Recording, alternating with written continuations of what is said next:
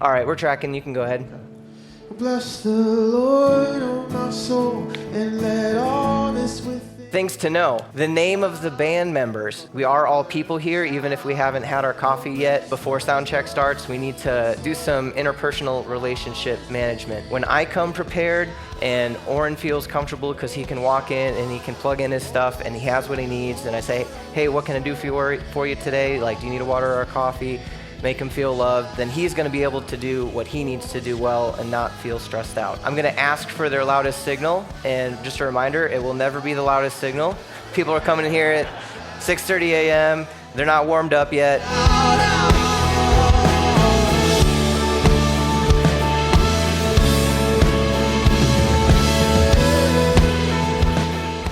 Without further ado, give it up for the one and only Beranek. Thank you. Let me check my microphone. I'm back here at the sound booth, if anyone is wondering. You can see me on that LED screen, I suppose. So this is something that comes up quite a bit in coaching and in speaking with people in our accelerator program, is really making the most of your time sound checking. And before we even get into that, someone's triggering my slides for me, I guess. Nice, thank you. What we're going to do, I can actually roll through these here. First thing I want to say is be prepared, and that knowledge is power. Has anyone heard that before? Yes. So things to know. The name of the band members. So this is really just a respect thing, to be honest, because you don't want to be talking to talkback mic, hey drummer, give me some of that kick. It's very impersonal. And even before I start talking into the talkback mic, I go on stage and I talk to someone where I'm 3 or 4 feet away from them. I'm not just, our first interaction isn't me talking to them through the MD mic. We are all people here, even if we haven't had our coffee yet. Before Soundcheck starts, we need to, do some interpersonal relationship management. So the things that you didn't see before you arrived was me here on Sunday. And what I did was I got on stage and I looked at what Eric had sent me over. Eric was the person who put together the band, and he said, okay, we're going to have Oren on acoustic and guitar. We're going to have Bree on vocals and Will on guitar. And Scott's MDing and playing keys. So I said, okay, I know that Scott's going to MD. Let's make sure that he has an MD mic and that he's got his personal monitor system set up and the cables were clean on stage. I think I emailed or texted Will and asked him, hey, what do you need to plug your guitar pedals in, and made sure that he had stereo XLR cable. So all of that was laid out before anyone else showed up. And so with that, I was able to make sure that I knew the setup as well. So I used to live here in Colorado, and I used to serve at this church, so I was familiar with this layout. Another example is Eric, our drummer. He's in a band, and his band played at a venue here in town, and I'd never been to that venue, so I made sure that I got in contact with the venue manager and figured out which mixing console they had and how to use it, and I researched that before I ever showed up, and I sent over a writer. So all of those things are really important to do before anything starts. I also know the songs on here. I have a Notion page here. This is the most efficient way to show you a screen right now. But on here, I've got the songs, and I've got the band layout and all the information that I might need, and put it in a note. And so this is sitting next to me at the console, and I'm able to look at this, and if I need a reminder, oh yeah, Caleb is our bass player today, I can look at that and I can call him Caleb instead of, hey, bass player. And most importantly, come with a servant-hearted attitude. We're here to serve God, and we're going to do that by bringing our most and respecting the band and giving them what they need. I have a slide where I said this really well. When you do your best, you can make room for others to do their best. So when I come prepared and Oren feels comfortable because he can walk in and he can plug in his stuff and he has what he needs, and I say, hey, what can I do for you today? Like, do you need a water or a coffee? Make him feel loved. Then he's going to be able to do what he needs to do well and not feel stressed out. Like, hey, do you need a 9-volt for your guitar or something like that? That happened this morning. So I'm going to make sure that when they show up, their microphones, the batteries are in them, they're powered on, they've tested. So I made sure before I put that mic on that stand for him that I heard it through the house. Sorry, I thought you need something, Oren? I actually could use water. You mentioned it. We got you. How thirsty I was. Yeah. A2's on his way. Oh.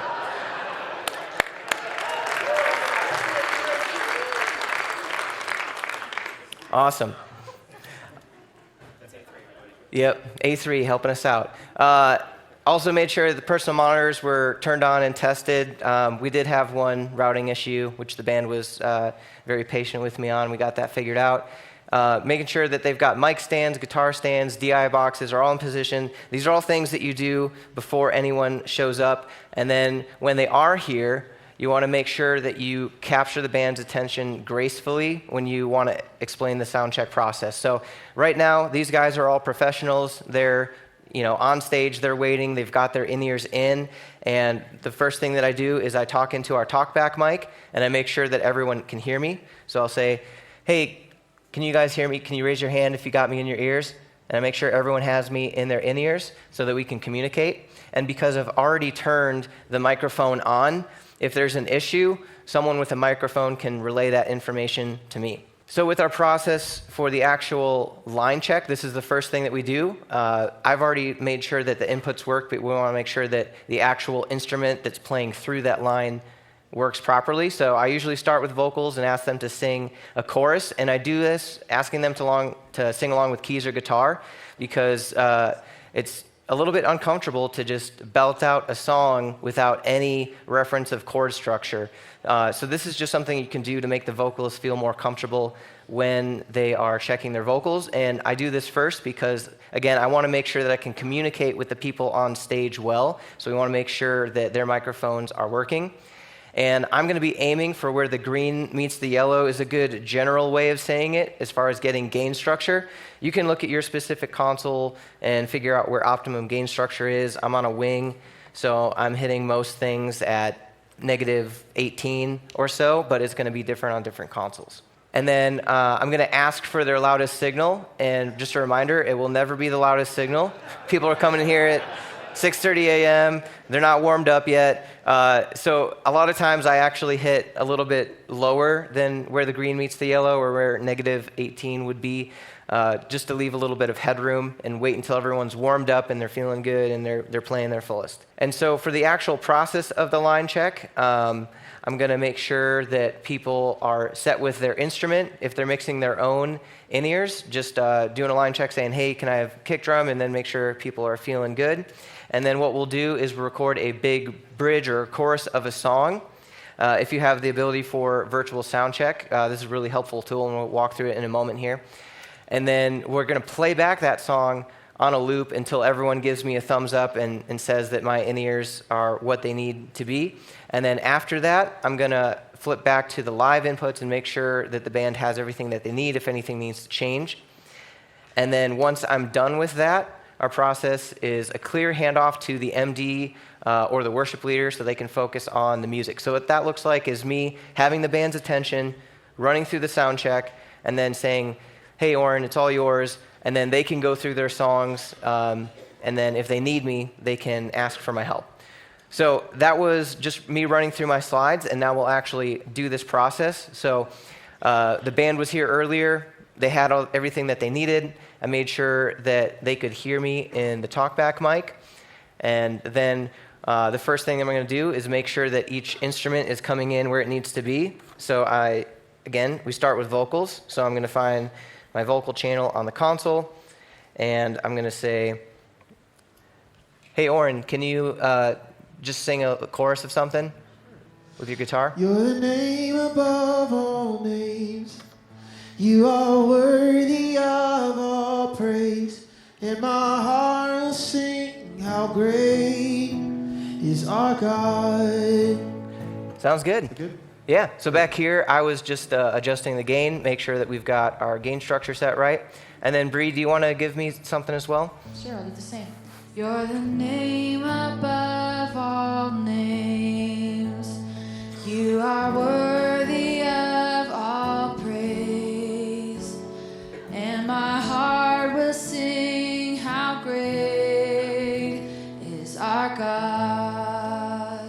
Sounds good. And it actually only took me, 1 second to make sure that the gain was correct, but I didn't just interrupt Bree in the middle of her singing. I waited till there was a stop in the phrase, just to be respectful of that. And so we've got vocals now. So Eric, do you want to give me some kick drum? Whoa. Sounds good. And then snare.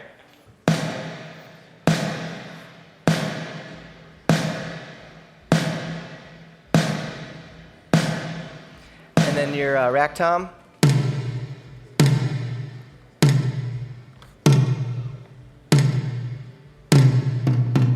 And then floor 1.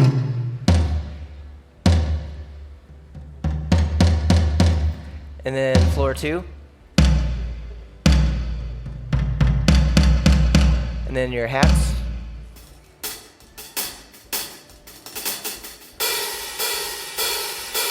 And then your tambo.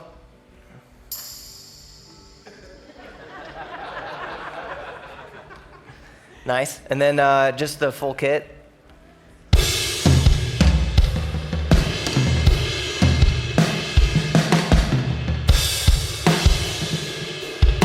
Sounds good.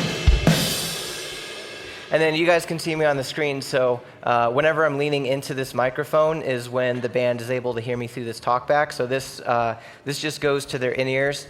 And then there's also an MD mic that you guys can't hear, that only the band can hear. So you'll see Scott has a mic in front of him, and that's for him to communicate with the band. Scott, do you want to give me some keys?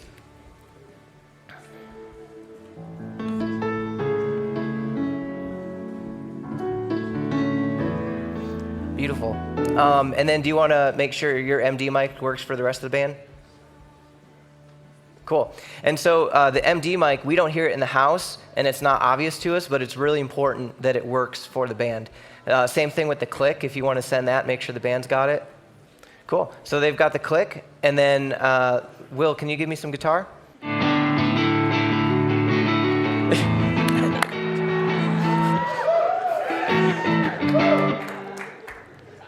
I love it. And then, Caleb, can you give me some bass guitar?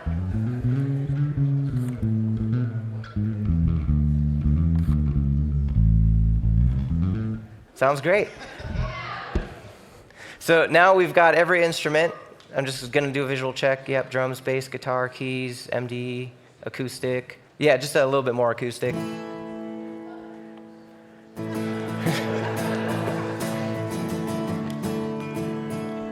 Yeah, sounds good. So now we have all of the inputs, and we have everything that we need for the band to be able to play a song. So what I'm going to do is have them play a song, and I have a computer right here where I'm multi-track recording every input. And then I'm going to ask them to play, just loop a section for a minute or two, and I'm going to hit record. And then once you guys are done playing that section, I'll play it back for them. So I'm going to make sure I've got this recording first, and then I'll let them hit play on what they're doing. All right, we're tracking. You can go ahead. Bless the Lord, oh my soul, and let all that's within me shout out. Let's all come in together. Shout out. Oh, bless the Lord, oh my soul, and let all that's within me shout out. Oh, shout out. Oh, bless the Lord, oh my soul, and let all that's within me shout out. Oh, shout out.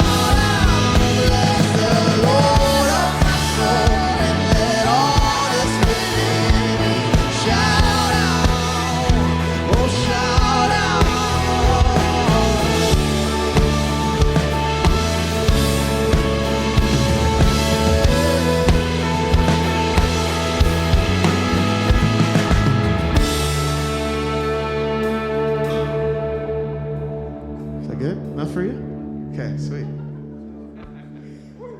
So I have that recorded now on my virtual soundcheck, and I'm going to flip the inputs on my console, and that's going to make it so the kick drum is now coming from the computer, and it's routed to the kick drum in their in-ears. Same thing with the guitars and the vocals. It's all going to come through the same channels on their P16s. So I'm going to unrecord, enable all these channels, find the spot where the band kicks in, and then flip I'm going to flip my headset live so that you guys can hear me explaining this. So I'm going to hit play, and then they're going to play with their in-ears, and when they're good, they're going to give me a thumbs up, and I'm going to be watching them to make sure that I see when everyone is good.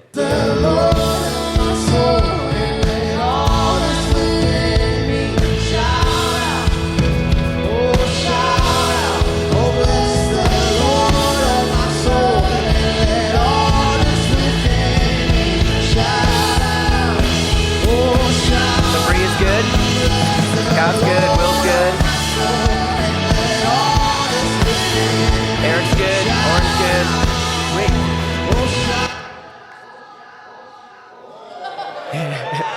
I got some tails. Sweet. So now we're back. Everyone's in-ears are good. And you can see how quickly everyone was able to dial their in-ears in because they weren't playing guitar and trying to mess with their in-ears at the same time, or Will saying, hey, I want my guitar louder, but I need to make sure that still sits good with the keys, so let me play guitar, have Scott play keys, and me adjust my P16 at the same time. So that was probably 30 seconds of playback. Everyone got what they needed, and now I can say, hey, Oren, it's back to you. Go ahead and do your rehearsal if you guys don't need anything from me. Great. Do you need anything from us differently? That's what I always ask as the worship leader. Do you need anything from us? That is the number one pro tip. Thank you, Oren. Yeah. We're learning from all sorts of places here. No, I'm feeling great. You guys are really good. Also, this is me complimenting them because it's true. And just saying things that you notice about that. You don't need to be stingy with compliments. If something really cool happens, or someone does a really awesome vocal line, or you can just tell that their heart's in it, just use those moments to encourage the band because because we're insecure. Yes, exactly. No, that's part of treating them like rock stars and making sure that they have what they need so that they can give their best, so that the people in the congregation can engage and be a part of the service. So that's what we're going to do now. We're going to worship together. I'm going to let Oren kick us off and lead us in some worship.